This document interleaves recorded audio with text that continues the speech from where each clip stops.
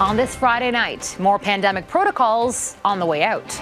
The changes coming to Canadian and American airports. When and the relief for frustrated travelers plagued by delays. We were waiting here for a couple of hours and then someone showed up. Help wanted, the struggle for Canadian employers and what they're being forced to do. We have a breach of the Capitol. Pointing the finger at former President Trump. January 6th was the culmination of an attempted coup. The mountain of evidence and his daughter Ivanka's damning deposition.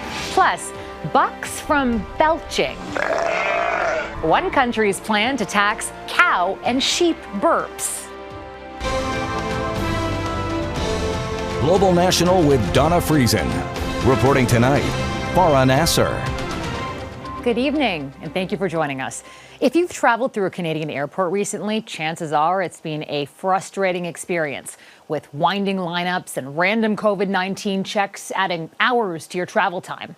But news from the Canadian government today may help change that. From June 11th to June 30th, Canada will temporarily stop these random tests at airports for international passengers coming into the country. Unvaccinated travelers, though, will still need to be tested on site. Matthew Bingley has the changes in tonight's top story. Eager to get their travels underway, many families arriving in Canada instead found themselves waiting for fellow travelers selected for random testing. My wife and myself already have 3 injections, and me and my wife both are senior citizens, so I don't know how long will this take now. Like, why bother? Just seems kind of arbitrary. You bet. Pearson Airport has been plagued by delays for weeks. The airport authority blaming them in part on random COVID screenings. But that is about to change. Ottawa announcing it's dropping random testing requirements until the end of June. The U.S. going a step further. As of Sunday, the Biden administration says it's dropping all pre-departure COVID-19 tests for all international travelers headed to the United States. At Pearson, removing random testing will only solve part of the problem. Even after an injection of federal support, staffing is still an issue. Kelly Townsend arrived on a domestic flight and had to return today to get her baggage after no one was available to unload her plane Thursday night. We landed last night and we're on the tarmac for 2 hours. And then didn't have a car seat for our son, didn't have a bed. Luckily, a friend let us into her place when we got there at 2 a.m. when we landed at 9:30. Yeah, it wasn't fun. Toronto's Board of Trade says the region's reputation is suffering and it needs to be solved fast. I know that there's a lot of finger pointing going on to various players, and we need to stop that, right? We need to be pointing to solutions, coming together and making this work. Pearson Airport is a major connector of Canadian and international flights and a critical part of the entire region's economy, which is why the Board of Trade here is less interested in the political finger pointing, calling them distractions that do little to solve the problem. Matthew Bingley, Global News, Toronto. On the jobs front, the unemployment rate has dipped to a new low as Canada has been creating more jobs, including more opportunities for women who faced higher job losses during the pandemic. Statistics Canada said today that the country added 40,000 jobs last month and the rate of unemployment dropped to 5.1%. The agency also said that women across all age groups made up the bulk of hiring in May, with employment steady for men. As Eric Sorensen explains, even though there are more jobs, businesses are still having trouble finding staff to fill the roles. This fabric shop offers some uncommon services, custom sewing and upholstering, but one problem it faces is all too common among many businesses these days. It needs more employees. It certainly has been difficult because, people my age certainly don't know how to sew, so yeah, it has been a challenge finding someone. More Canadians have found work, and more of it is full-time. Clearly, it's good news. It means that more people are finding jobs. The bad news is that we don't have enough workers. Look no further than the recent airport lineups to see evidence of staff shortages and hiring problems in the labor market. It's hard to hire. That they've got to really offer a good package, good benefits, good hours. The demand for workers is also forcing employers to pay more. Average wages have jumped $1.18 an hour in the last year. That's an increase of 3.9%. And in recent history, that's impressive. But the inflation rate is 6.8%. So for the average Canadian, their purchasing power is still not keeping up with the cost of living. For many Canadians, lower unemployment is overshadowed by higher prices for gas and for food. So we have the lowest unemployment in recorded history. That's over the last roughly 50 years. And then we have the highest inflation. And consumers are feeling whiplash. Well, is it a good economy? Is it a bad economy? That's where the Bank of Canada comes in. It is aggressively raising interest rates to tame inflation and along with it, wage expectations. The Bank of Canada is raising interest rates to make sure that the economy is slowing down. That includes also the labor market, which means that the labor market will not be on fire a year or 2 years from now. For now, Hillary Hardy wants to take advantage of the growing economy by opening from 5 days to 7 days a week. In the post-pandemic world that we're living in, people are out more, so we would like to be open more. And for that, she needs to hire. And for many businesses, whether or not they sell sewing supplies, finding new staff is like looking for a needle in a haystack. Eric Sorensen, Global News, Toronto.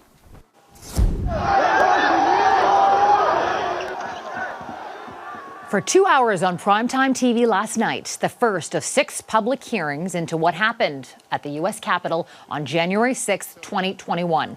The committee investigating the attempted insurrection showed evidence of what it called an attempted coup and said it was the direct result of former President Donald Trump's effort to overturn the 2020 election.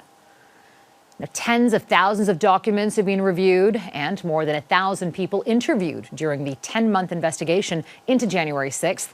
The committee promises that the coming weeks will make a direct link to Trump's inner circle.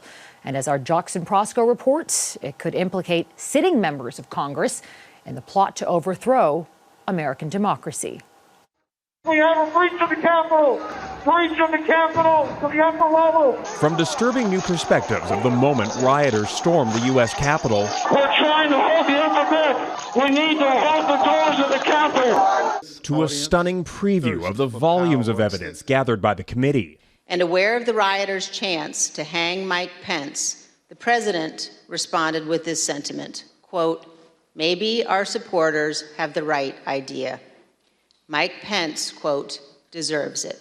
The first public hearings into the January 6th attack laid out a roadmap of the investigation's key findings, directly implicating former President Donald Trump in a conspiracy to keep himself in power. January 6th was the culmination of an attempted coup.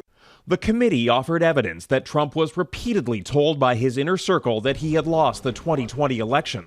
This was his attorney general. I made it clear I did not agree with the idea of saying the election was stolen and putting out this stuff, which I told the president was bullshit. In her deposition, Trump's daughter Ivanka agreed. I respect Attorney General Barr, so I accepted what he was saying. None of that swayed Trump from his mission of overturning the election or his lies. The committee alleges there was a 7-step plan that led up to and included January 6th, the day Trump had urged his followers to descend on Washington and march to the Capitol. During the attack, Trump stood idly by. He placed no call to any element of the United States government to instruct that the Capitol be defended. Through it all, the role of extremist groups like the Proud Boys has come into deeper focus. Before the siege, they appeared to scout out the Capitol as Trump spoke outside the White House. The committee has hinted it will show links between the Proud Boys and people in Trump's inner circle. Several Republican lawmakers may also be implicated.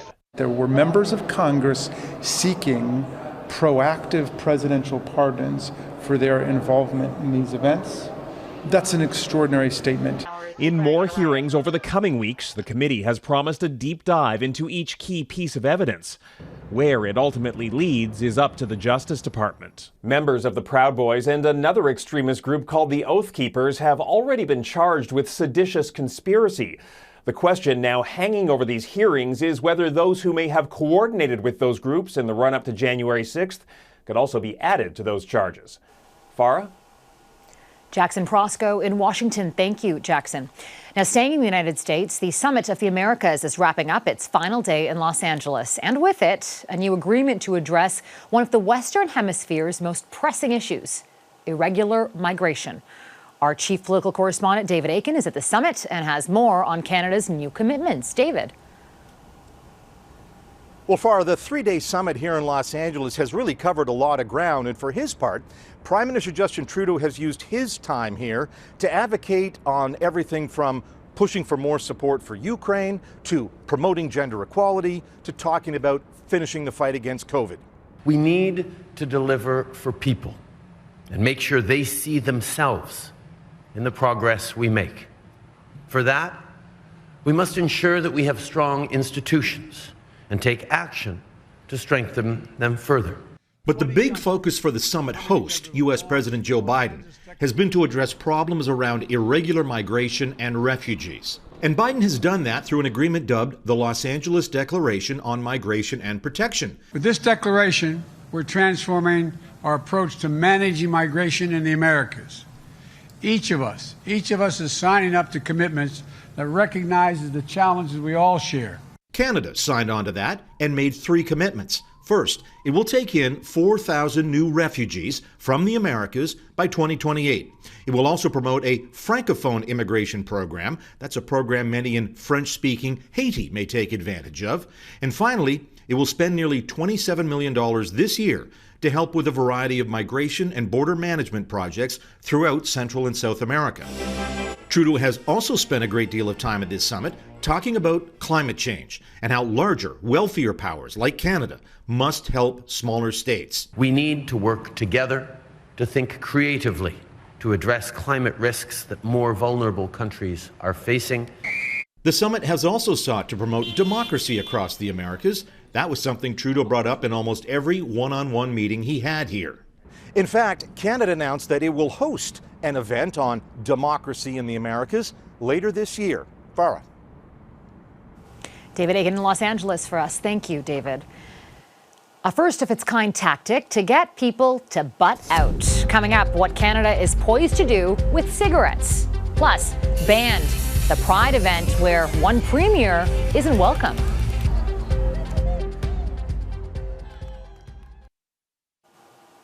You've seen the warning on cigarette boxes, but Canada could soon be the first country in the world to require a warning be printed on every individual cigarette. Adding health warnings on individual tobacco products will help ensure that these essential messages reach people, including the youth, who often access cigarettes one at a time in social situations, sidestepping the information printed on a package. The warnings on cigarette packages started in 2000, but the images haven't been updated in 10 years. And while the exact messaging printed on the cigarettes could change, the current proposal is poison in every puff. Consultations are going to start on Saturday, and the government anticipates changes coming by the second half of 2023. Canada's chief public health officer says there are now 112 confirmed cases of monkeypox in Canada, up from 77 a week ago. Our primary goal is to contain the outbreak. This means rapidly stopping chains of transmission to prevent the establishment of monkeypox in Canada and protect public health and healthcare in Canada. 98 cases have been confirmed in Quebec, with cases also found in Ontario, Alberta, and British Columbia. Tam said the National Advisory Committee on Immunization recommends a single vaccine dose for people who've had high-risk exposure to monkeypox and for those with a confirmed or probable case. Manitoba Premier Heather Stevenson has been banned from Winnipeg Pride after not walking in last weekend's parade. The Pride president says she's not welcome anymore and is accused of lying to their community. Stevenson spoke prior to the parade on Sunday morning at a Pride event outside the legislature, but didn't march in the parade that started immediately after. Her staff had previously said she would walk at least 2/3 of the route. Now she's apologizing, saying there was a miscommunication between her staff and organizers. First of all, I am a supporter of the Two-Spirit LGBTQ+ community, and that's why I was at the rally speaking there. Unfortunately, I had 3 events that day, and I know I had an event after that was double booked. I didn't realize there was a requirement to be in the parade, but I have no problem doing so. Now, that requirement is to ensure politicians who participate are there for more than just a photo op, and the policy was implemented in 2019 after former Manitoba Premier Brian Pallister spoke at the rally without also walking in the parade. Reflections from residential school survivors. Ahead, mixed reaction to the Pope's apology.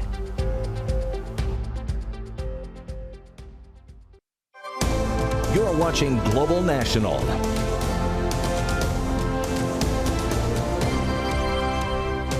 Pope Francis is canceling a trip to Africa in early July on doctors' orders because of an ongoing knee problem. The 85-year-old has a torn ligament in his right knee, making standing and walking difficult, forcing him to use a wheelchair. The Pope won't be going to the Republic of Congo and South Sudan, so therapy can continue. Francis has been keeping a busy schedule despite the sore knee, and so far plans to continue for the upcoming trip to Canada, set to begin on July 24th. In April, in front of a room full of Indigenous delegates, including residential school survivors, Pope Francis delivered a historic apology at the Vatican. With the Pope's visit to Canada set for late July, there have been calls for more concrete action and comments. Neetu Garcha spoke with survivors in search of accountability. For all who know Elder Angie Creer, one thing is clear: she's a force. Angie was one of the Métis delegates who spoke with Pope Francis about the abuses she faced in Canada's residential school system. She's also Catholic. We told our story to our Pope. The horrors of everything, sexual, mentally, and your soul. After the Pope apologized, the pain she's felt has lifted. Brought me my peace, and I just feel free. I've been feeling free since I come home. And that, to me, I thank the Lord for that. In particular, the response to the Pope's apology has been mixed. Grand Chief Joseph Joe Manuel doesn't accept the Pope's apology. No, I don't. It's a heinous crime that should be dealt with accordingly, because there's no one above the law. Joe is a survivor of the former Kamloops residential school. He was a young child when he was taken away. Looking back at those days, there were some that were rebellious, that didn't want to give up their language. I believe that those were some that disappeared. Joe wants every accused staff member still alive held responsible. He feels the only way for healing is through criminal accountability. So far, the Canadian justice system has failed to hold the vast majority of abusers to account. In 2015, the Truth and Reconciliation Commission released a report identifying more than 38,000 claims of abuse in residential schools, but the commission was only able to find fewer than 50 convictions. That's why I want to use the law. I believe this is the only way that we can accomplish this. I can't wait to get to court. Neetu Garcha, Global News. To hear more from survivors who witnessed the Pope's apology and what steps they think still need to be taken on the road to reconciliation, watch the new reality tomorrow at 8 on Global. Unprecedented. Next, New Zealand's plan for a whole different kind of gas tax. Canadian pop star Justin Bieber says he's been diagnosed with a virus that's left part of his face temporarily paralyzed. As you can see, this eye is not blinking. I can't smile on this side of my face. This nostril will not move. Bieber took to Instagram to explain Ramsay Hunt syndrome, and as a result, he's canceled a number of concerts this week, including 2 in Toronto. Bieber says he's frustrated by the cancellations, but that he's physically incapable of performing. Ramsay Hunt is the same virus that causes chickenpox and shingles. McDonald's restaurants in Russia are set to reopen this weekend, but they won't look the same. McDonald's sold all of its restaurants in the country last month, citing Russia's invasion of Ukraine. The name of the restaurants have not been revealed yet, but replacing the iconic golden arches, this logo.